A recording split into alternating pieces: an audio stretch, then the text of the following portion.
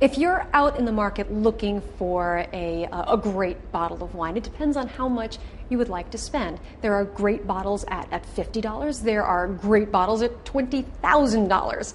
So one of the things that you look at when you're looking at quality is there are a couple of different parameters. One is something called finesse, and most people ask me, well, what is finesse? Finesse is, you can describe it better by saying what it's not rather than what it is. It's like the opposite of coarse and rustic. Then you look at a wine's length. Length is how long the flavor actually lasts in your mouth. So wines that are much more expensive and higher quality, the flavor lasts a long, long time. So if you take a sip, it lasts for a few minutes and then kind of goes away, and then it comes back, and you're just continuously tasting those flavors in your mouth. So those are high quality wines. There's something also called complexity. You have layers of flavors that are in there. It's not just fruit, but you have some mineral tones and some spicy components and some earth tones. All of those things come together to create layers of flavors that continuously last. And more expensive wines have more layers of complexity than cheap wines. For like a $10 bottle, really all you're going to get is fruit. But when you're looking at some of the more expensive bottles, you want just for all those different layers of flavors to come in. Looking also at harmony and balance. A harmonious wine is one where the fruit doesn't stick out like a sore thumb or the alcohol doesn't stick out. Everything comes together where you just totally enjoy the wine. So balance is a huge component to quality. And the difference between, let's say, a $50 bottle of wine and a $1,000 bottle of wine and $5,000 bottle and a $20,000 bottle, part of it is ageability. How long is this wine going to last? Because I would say probably about 90% of the wines that are created today are intended to be consumed within the first 3 to 5 years. It's only a small percentage that can actually last longer than that.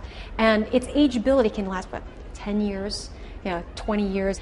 So people can age these wines for a really long period of time. So that is one parameter of quality that people look to for really expensive wines.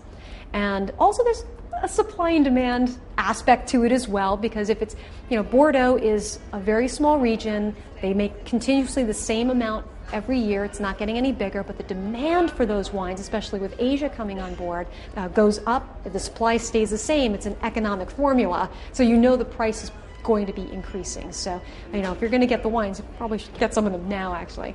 Here we have a $50 bottle, Chateau Lafon Rocher, or as a friend of mine calls it, Laughin' Rockets. It's a great value. This is a 5th growth Bordeaux, and in Bordeaux you have a classification system that can also drive the price up as well, because as you go up in classification.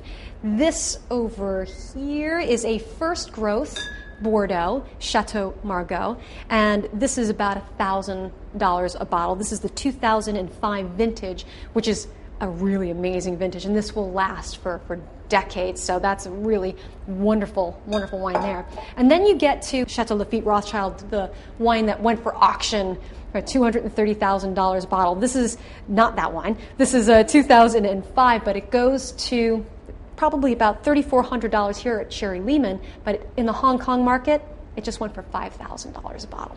And then we have an Imperial. I can't lift this bottle. The Imperial is the equivalent of 8 bottles of wine in one bottle. And this is also a 1st growth Bordeaux, 2005 Chateau Latour, and that goes for $20,000 per bottle.